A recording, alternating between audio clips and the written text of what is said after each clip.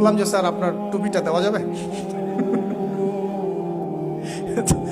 আমরা কিন্তু আসলে ওই আকীদা লালন করি না, এটা দিলে বরকত হবে বা এরকম এরকম কিছু না, জাস্ট একটা স্মৃতি, তাই না? তো তিনি একটু বিরক্ত হলেন, বললেন যে তুমি লেকচারে পুরো বাঙালি জাতিকে বলবা বাংলাদেশিরা কেন টুপি চায় বারবার। মানে এই অভিজ্ঞতা তার আগেও হয়েছে আর কি, ঠিক আছে?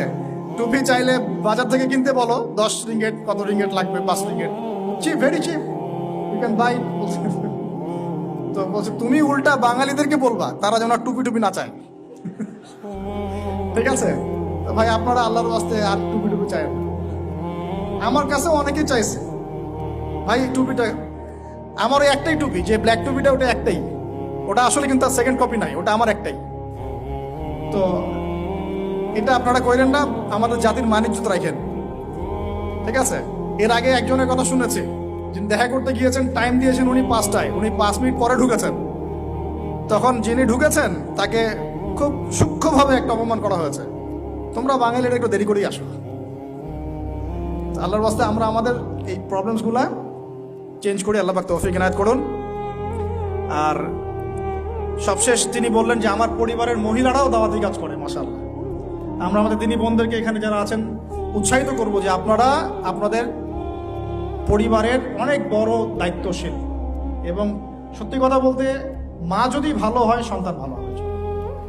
এখন আমাদের প্রত্যেক পরিবারের পিতাকে হতে হবে ইব্রাহিমের মতো আলাইহিস সালাম, প্রত্যেক পরিবারের সন্তানরা হবে ইসমাইলের মতো আলাইহিস সালাম, এবং আমাদের মা বোনদেরকে হতে হবে হাজারা এবং সারা আলাইহিম আসসালামের মতো।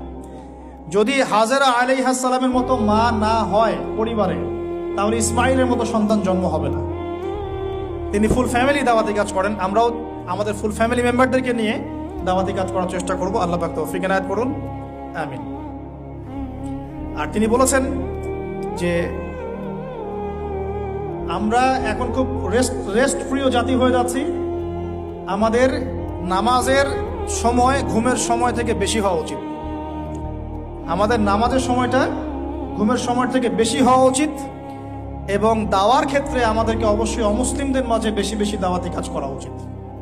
আল্লাহ পাক আমাদেরকে তৌফিক দান করুন। এবং মুসলিমদের মধ্যে ইসলাহ এবং সংশোধনের কাজ করা উচিত, সবসময় দলিল প্রমাণ ভিত্তিক দাওয়াতি কাজ করা উচিত, এবং যে কথার প্রেক্ষিতে কোনো দলিল পাওয়া যাবে না সেটাকে দেয়ালে ছুঁড়ে ফেলে দেওয়া উচিত। এছাড়া আরো অনেক গল্প হয়েছে, সেগুলো আমি পাবলিকলি আর আলোচনা করছি না। আমরা এই সংক্ষিপ্ত সময়ের মধ্যে অনেক বিষয় উঠে আসবো। সর্বপ্রথম যে বিষয়টা আমরা ফোকাস করব, আল্লাহ পাকের জন্য আমরা আমাদের দুনিয়া এবং আখিরাতে